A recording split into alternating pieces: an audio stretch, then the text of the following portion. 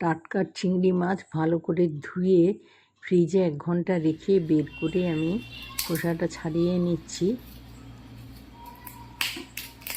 আর ভেতরে মাথার ভেতরে যে খাদ্যথলি আছে সেটা বের করে নিলাম, আর পিঠে খাদ্যনালীটা বের করে নিয়েছি।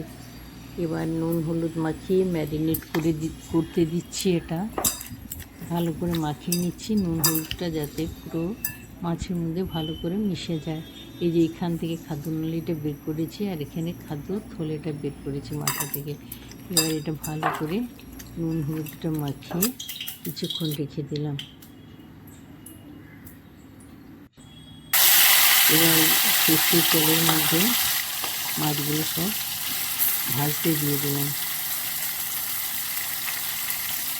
আমি চিংড়ি মাছের আলু দিয়ে ঝোল করব।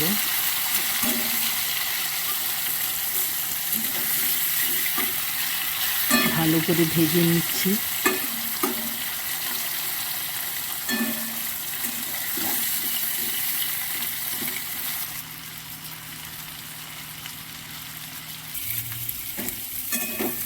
ভাজা হয়ে গেছে, বাকি তেলে পেঁয়াজ কুচিগুলো ভালো করে ভেজে নিচ্ছি।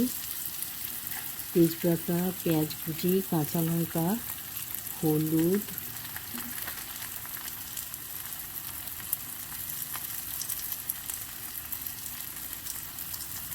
লবণ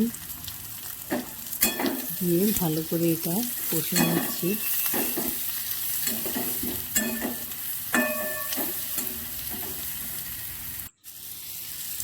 আদা বাটা দিয়ে দিলাম, ভালো করে আদা বাটাটা মিশিয়ে নিচ্ছি, কষে নিচ্ছি। এবার একটু জল দিয়ে তার মধ্যে আলুগুলো দিয়ে ঝোলটা ফুটতে দিলাম। ঝোলটা ফুটে এসছে, এবার মাছগুলো দিয়ে দিলাম, দিয়ে মাছগুলো ভালো করে ঝোলের মধ্যে ডুবিয়ে দিলাম। এবার একটু চাপা দিয়ে দিচ্ছি যাতে মাছগুলো ভালো করে সেদ্ধ হয়ে যায়, আলুটাও সেদ্ধ হয়ে যায়। হয়ে গেছে, এবার আমি এটা নামিয়ে নিলাম, অন্য পাত্রে ঢেলে নিলাম। এবার এটা আমি গরম গরম পরিবেশন করব। খেতে খুব সুস্বাদু হয়, ভালো লাগে খেতে।